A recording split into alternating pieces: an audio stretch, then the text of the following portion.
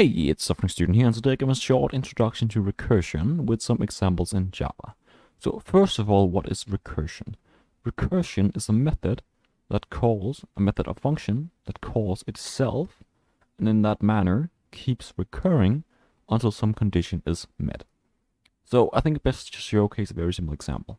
So I have a print example, which will just print a message x times, where it would first check if the times it's to be printed is larger or equals to 1, then print, and then call the print method again, where the times to be printed is -1. So first time, let's say we call the method. Let's do hello world, and we're going to print it 3 times. So when we call the method, or we run the program, we'd first get hello world, where times is equal to 3. And because it's equal to 3, we would print the message. Then we would call println, where times is equal to 2. 2 is larger than 1. Print again, where times is -1. So where it's equal to 1. 1 is equal to 1. So it would print the last time. And then we would call the method again, println message, where times is equal to 0. Where it would stop printing, and then would exit all the method calls. So that's a very simple introduction to recursion. And I would then like to showcase what's actually quite funny about recursion as well, is that Google, if you search recursion on Google, they added a joke, kinda, where they would like to ask, did you mean recursion? And then it would transfer us back to the same page. And it keeps recurring like an infinite loop. Just a little side note, I thought it was quite funny, just want to showcase. You can try yourself, just search recursion on Google. Then let's look at a bit more complex example. So what we would often do is we would like to have a problem, for example, have the Fibonacci numbers, which is a number sequence where we have Fibonacci 0 is equal to 0, and the first number is equal to 1, and then from there on, we will simply add the last 2 numbers together to get the next number in the sequence.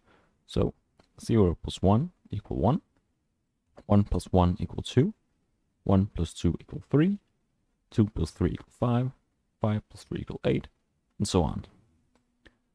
What we would do is we can find that actually, based on mathematical equations, we can find that Fibonacci, a specific Fibonacci index is actually based on Fibonacci index -1 plus the given Fibonacci index -2. So what we can do is we create an recurring method where we'd first check if the index we add is equal to 0, then we just return 0. If it's equal to 1, return 1, else return, and then we call the method for the index -1 and plus the index -2. But the problem with recurring methods is now that we actually start a new branch when you create this one. So for example, if we just did a very simple example where we just simply print the result. So I would just print Fibonacci 2. So what it would do in this case is we get 1, because it would say 2 is not equal to 0 or 1, and then it takes Fibonacci -1, so Fibonacci 1.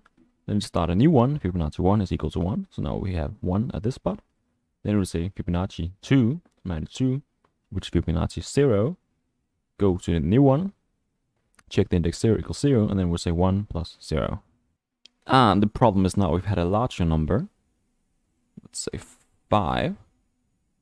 It very quickly gets quite complicated, even though 5 is just 5, because now we have an index 5, it goes through, then it needs to find index 3 and index 4, and then index 4 and index 3 need to find more indexes, and then we have a lot of branches starting very quickly, so we have to run the program quite a few times very quickly.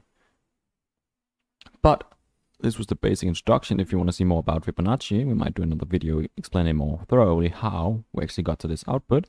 But this is the basics of recurrent methods and functions. You just need to know that it keeps calling itself until some condition is met. So if you enjoyed this introduction to recurring methods, please leave a like and subscribe, and I wish you all a wonderful day.